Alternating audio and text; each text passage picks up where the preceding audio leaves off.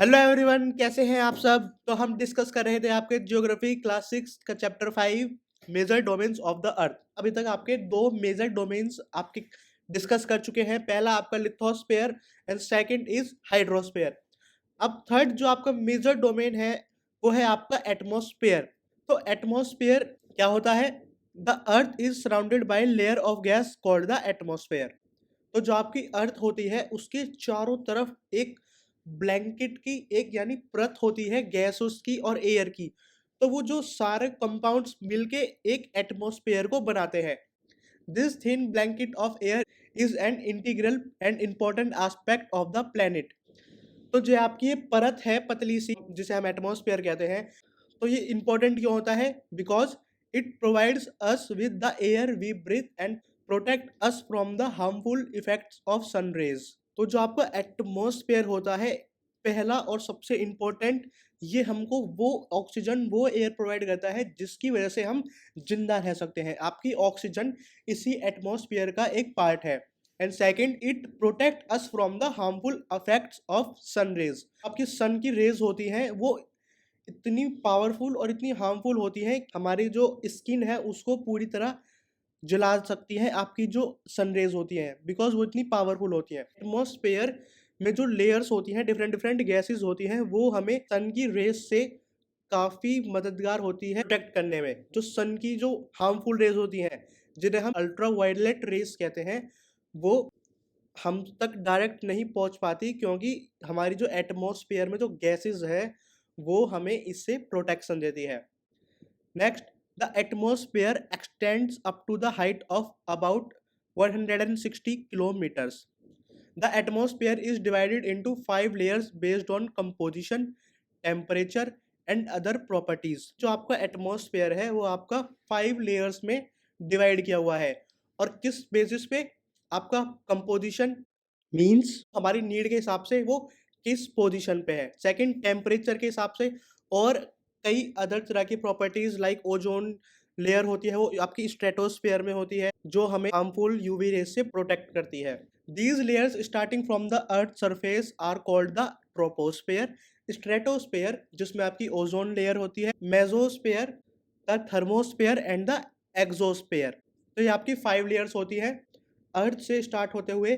पहली है आपकी ट्रोपोस्फेयर, सेकंड आपकी स्ट्रेटोस्फेयर, और यही वो लेयर होती है जिसमें आपकी जो ओजोन है वो होती है जो हमें सन की डायरेक्ट रेस से प्रोटेक्ट करती है। थर्ड होती है आपकी मेसोस्फेयर, फोर्थ आपकी थर्मोस्फेयर, फिफ्थ आपकी एक्सोस्फेयर। तो ये आपकी 5 लेयर्स ऑफ एटमॉस्फेयर होती है।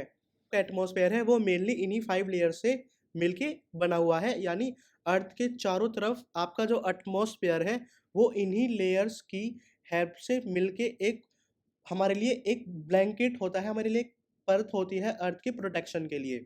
Atmosphere is composed mainly of nitrogen and oxygen which makeup about 99% of clean dry air.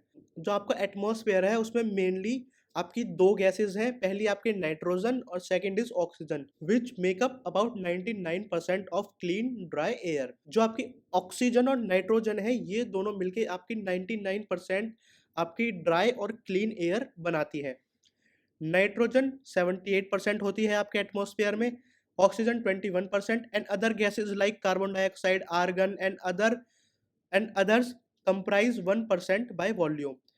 तो 78% आपकी नाइट्रोजन एंड 21% आपकी ऑक्सीजन, और बाकी की आर्गन और आपके कार्बन डाइऑक्साइड और भी अदर गैसेस सारी मिलके 1% आपके कंट्रीब्यूट करती है आपके एटमॉस्फेयर में। Oxygen is the breath of life while nitrogen helps in growth of living organism. तो ये तो आप जानते हैं कि जो ऑक्सीजन है वो आपके लिए और हमारे लिए कितनी जरूरी है, क्योंकि उसकी मदद से ही हम सिर्फ सांस ले सकते हैं, उसकी हेल्प से ही हम जीवित रह सकते हैं। और जो आपकी नाइट्रोजन है वो लिविंग ऑर्गेनिज्म को, जितने भी लिविंग ऑर्गेनिज्म हैं उनकी ग्रोथ में हेल्प करती है आपकी नाइट्रोजन। कार्बन डाइऑक्साइड दो present in minute amount is important as it absorb heat radiated by the earth, thereby keeping the planet warm। तो आपकी कार्बन डाइऑक्साइड है वो काफ़ी कम मात्रा में है, बट वो बहुत ज़्यादा इंपॉर्टेंट है क्योंकि वो आपकी सारी हीट को एब्जॉर्ब कर लेती है जो आपकी अर्थ से हीट निकलती है,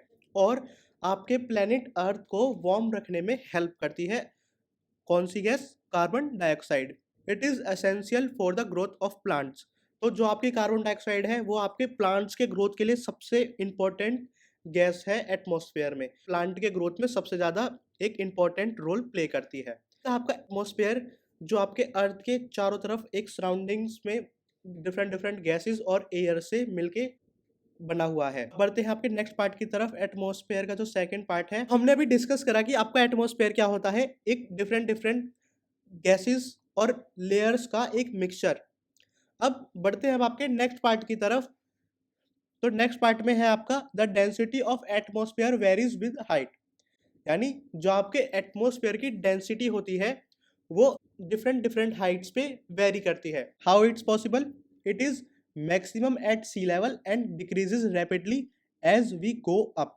जो आपके एटमॉस्फेयर की डेंसिटी होती है वो सी लेवल पे तो सबसे ज़्यादा होती है, मैक्सिमम होती है। एंड जब हम सी लेवल से ऊपर की तरफ मूव करेंगे तो वैसे ही आपकी डेंसिटी ऑफ एटमॉस्फेयर डिक्रीज होती रहेगी, मीन्स कम होती रहेगी। You know the climbers experience problem in breathing due to this decrease in the density of air। जो आपकी डेंसिटी ऑफ एटमॉस्फेयर ऊपर की तरफ मूव करने से जब डिक्रीज होती है तो इस कारण आपके जो क्लाइंबर्स होते हैं, जो पहाड़ों पर चढ़ते हैं, उनको इससे काफ़ी ज़्यादा परेशानी होती है सांस लेने में।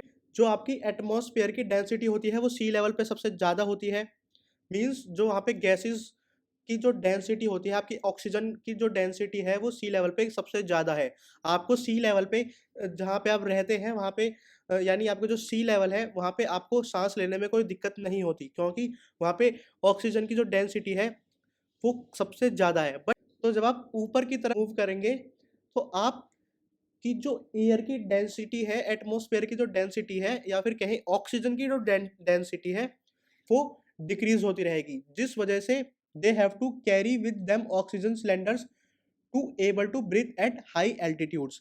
और इसी वजह से उनको अपने साथ ऑक्सीजन सिलेंडर्स कैरी करने होते हैं, क्योंकि हाई एल्टीट्यूड्स पे यानी ऊंची हाइट पे आपके जो ऑक्सीजन की डेंसिटी है वो काफ़ी कम हो जाती है। The temperature also decreases as we go upwards. तो जो आपका टेम्परेचर है वो भी डिक्रीज होने लगता है जब आप ऊपर की तरफ बढ़ते हैं। The atmosphere exerts pressure on the earth. तो जो आपका एटमॉस्फेयर होता है, जो आपकी डिफरेंट डिफरेंट गैसेज होती है वो अर्थ की तरफ एक दबाव बनाती है। This varies from place to place. तो जो एटमॉस्फेयर का जो प्रेशर होता है, अर्थ पे जो दबाव बनाती है, वो डिफरेंट डिफरेंट प्लेसेस पे वेरी करता है। Some areas experience high pressure and some areas low pressure. तो कई एरियाज में जो आपका प्रेशर होगा वो काफ़ी ज़्यादा होगा और कुछ एरियाज में जो आपका प्रेशर है वो लो होगा। सी लेवल पे जो आपका प्रेशर है वो काफ़ी कम होगा, और जब आप ऊपर की तरफ जाएंगे, हाइट्स की तरफ मूव करेंगे, तो आपका जो प्रेशर है वो काफ़ी ज़्यादा होगा। क्यों? Because air move from high pressure to low pressure. तो क्योंकि आपकी जो एयर होती है वो हाई प्रेशर से लो प्रेशर की तरफ मूव करती है। And this process of moving high pressure to low pressure is known as wind, और इसी को हम विंड कहते हैं। Hope you understand the atmosphere. आपका एटमॉस्फेयर होता क्या है और ये कैसे आपके different different aspects of life में आपको डिफरेंट डिफरेंट तरीके से अफेक्ट करता है। And it is a very important component of our life. तो ये था आपका third major domain of earth, atmosphere. तो इस वीडियो के लिए इतना ही, मिलते हैं हम आपको नेक्स्ट वीडियो में। Thank you for watching this video and please give your feedback in the comment box. See you soon. Thank you.